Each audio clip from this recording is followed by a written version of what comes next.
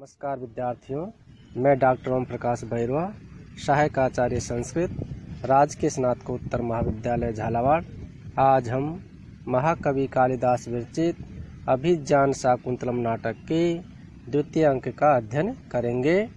राजा दुष्यंत शकुंतला के सौंदर्य का वर्णन करते हुए कहते हैं, अनाघ्रातं पुष्पं केशलयमलूनमिकररुहै अनाविधं रत्नं मधुनवमनास्वादितरसम् अखण्डं पुण्यानां फलमिव च तद्रूपम् अनघम् न जाने भोक्तारं कमिह समुपस्थास्यति विधि। अनाघ्रातं पुष्पं किशलयमलूनं कररुहै विद्यं रत्नं मधुनवरसामनास्वादितरसम् अखण्डं पुण्यानां फलमिव च तद्रूपम् अनघम् न जाने भोक्तारं कमिह समुपस्थास्यति विधि। किशलयम अलूनम के विच्छेद करेंगे तो किशलयम अलूनम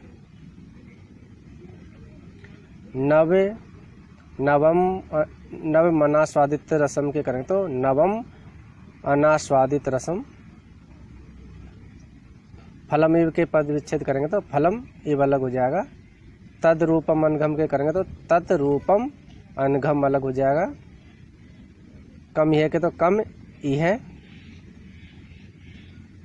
अब अन्वय देखिए, अनघम तद रूपम अनाघ्रातम पुष्पम कररुहै अलूनम किशलयम अनाविद्धम रत्नम अनास्वादित रसम नवम मधु च पुण्यानाम च खंडम फलम इव विधि इह कम भोक्तारम समुपस्थास्यति इति न जाने।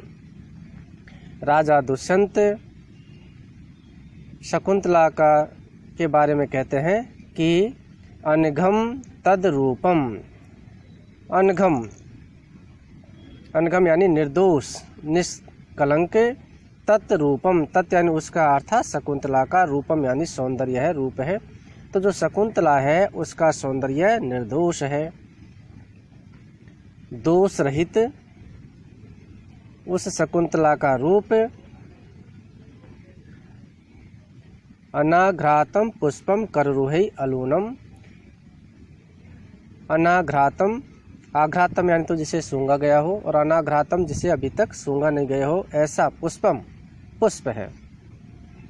तो शकुंतला का, निर्दोष शकुंतला का जो रूप है वह उस पुष्प के समान है जिसे अभी तक सूंघा नहीं गया है। कररुहै अलूनम किशलयम।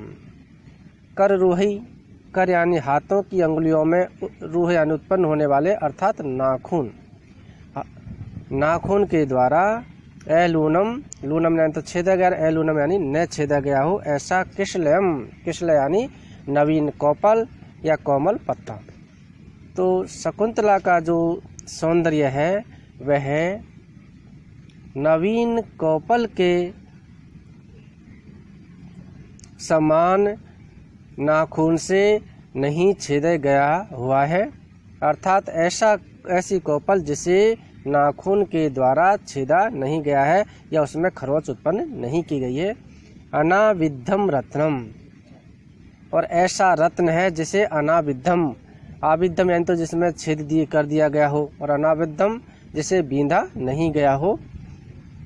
अनास्वादित रसम नवम मधु च, और नवम मधु, ऐसा नवीन मधु है जिसे अनास्वादित रसम, जिसके रस का अभी तक आस्वादन नहीं किया गया है। आस्वादितम, आस्वादित यानी तो जिसका आस्वादन किया गया है, ऐसा रस, और जिसका अभी तक कोई आस्वादन नहीं किया गया है, इस प्रकार का नवीन मधु के रस के समान है। पुण्यानाम च खंडम फलमिव है, और मानो पुण्यों के अखंड फल के समान है। तो पुण्यों के अखंड फल के स्वरूप है, या फल की तरह है। विधि यह कम भोक्तारम समुपस्थासति इति न जाने। विधि यानी विधाता, यह यानी यहाँ पर, कम यानी किसे, भोक्तारम यानी भोग करने वाला, समुपस्थासति उपस्थित करेगा, इति यानी इस प्रकार से, न यानी नहीं, जाने यानी जानता हूँ। मैं ये नहीं जानता कि विधाता इसका उपभोग करने के लिए किसको उपस्थित करेगा, अर्थात इसकी शादी किससे होगी। तो राजा दुष्यंत कहता है कि दोष रहित उस शकुंतला का रूप किसी के द्वारा न सूंघा गया फूल है, नाखून से न छेदा गया कोमल पल्लव है, न बींदा हुआ रत्न है, न ही आस्वादन किया गया है रस जिसका ऐसा नवीन मधु है, तथा पुण्यों के अखंड समग्र फल की तरह है। विधाता इसके लिए संसार में किसे उपभोक्ता बनाएगा, यह मैं नहीं जानता हूँ।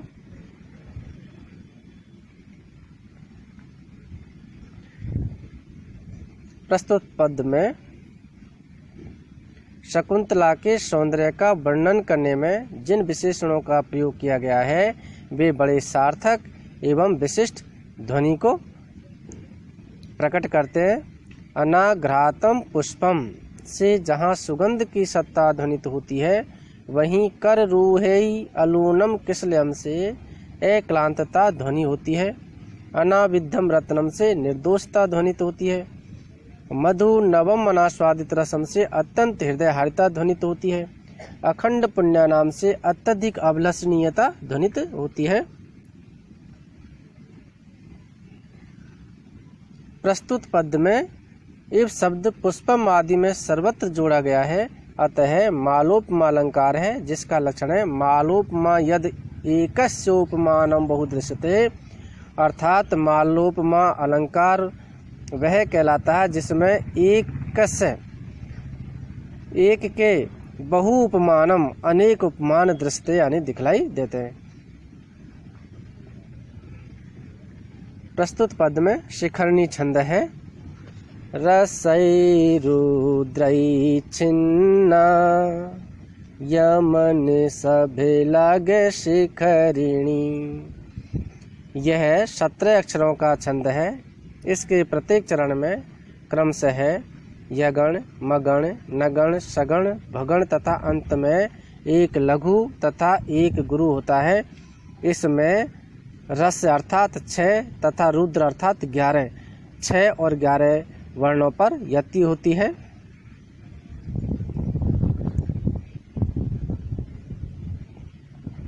आस्वादितम आ धन न्यत स्वद प्लस त प्रत्यय से बना है। भोक्तारम भुज धातु प्लस त्रिच प्रत्यय द्वितीय एक वचन का रूप है। अनास्वादित रसम, अनास्वादित रसो, रसो यस तत् बहुब्रीहि समास है।